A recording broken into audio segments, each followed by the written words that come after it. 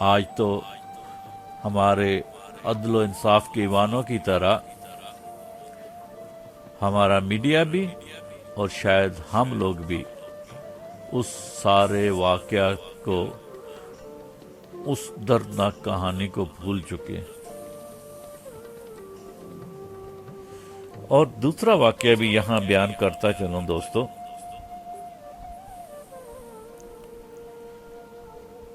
کہ چند بااثر لوگوں نے فیصلہ کیا کہ دن دہاڑے ایک معصوم عورت کے ساتھ اجتماعی زیادتی کی گئی، جس پر وہاں کے موجود لوگوں، گاؤں کے معزز پنچایت اور گاؤں کے سینکڑوں لوگوں نے جو موقع کے گواہ ہیں، ان کے سامنے یہ سارا ظلم کیا گیا۔ دوستو، ان مجرموں کو ہماری عدل و انصاف کی عدالت نے بری کر دیا، اور مختار مائی آج بھی اپنے انصاف کی متلاشی ہے۔ آپ وہ بلوچستان کے واقعے کو لے لیجئے، شاید آپ کو یاد ہوگا، ڈاکٹر شازیہ کا واقعہ۔ اور اس طرح 1 2 3 4 نہیں، ہر روز ہمارے ہاں ایسے سینکڑوں نہیں، ہزاروں واقعات ہوتے ہیں۔ ہر روز کراچی اور بلوچستان میں کتنے لوگ قتل ہوتے ہیں، اغوا کر لیے جاتے ہیں، اور ہمارے چیف جسٹس صاحبان اور خصوصاً ہمارے سپریم کورٹ کے چیف جسٹس صاحب، جو آج کے دور میں عدل و انصاف کے سب سے بڑے علمبردار بنے ہوئے ہیں، روز وہاں تو 100 موٹو ایکشن لے لیتے ہیں جہاں شہرت اور نام کمانا مقصود ہو۔ روز حکم صادر کرتے ہیں کہ یہ واقعہ ہو گیا ہے تو وزیر کو ذمہ داری لیتے ہوئے اسے استعفیٰ دینا چاہیے۔ کسی سپاہی سے اپنی حفاظت کے لیے گولی چل جائے تو پولیس اور رینجر کے آئی جیز کو استعفیٰ دینا چاہیے۔ کیا ہمارے چیف جسٹس صاحب نے کبھی خود بھی یہ ذمہ داری قبول کی کہ میری ماتحت عدالت کے فلاں جج نے ایک فیصلہ غلط دیا ہے، اس نے مجرموں کو سزا نہیں دی، اس نے بدعنوانی سے مجرموں کو بری کر دیا ہے، تو میں اسے معطل کرتا ہوں، یا میں خود اس کی ذمہ داری لیتے ہوئے میں اپنے اس اعلیٰ عہدہ سے استعفیٰ دیتا ہوں؟ نہیں دوستو، جب بات خود پہ آتی ہے تو وہ عدل و انصاف کی ساری حقائقیں لوگ بھول جاتے ہیں۔ دوستو، یہاں پہ آپ کو ایک اقبال کا خوبصورت کلام سناتا ہوں، اس کے بعد بات مکمل کریں گے اور یوں آج کا پروگرام اختتام کو پہنچے گا۔ تو آئیے سنتے ہیں کلام اقبال۔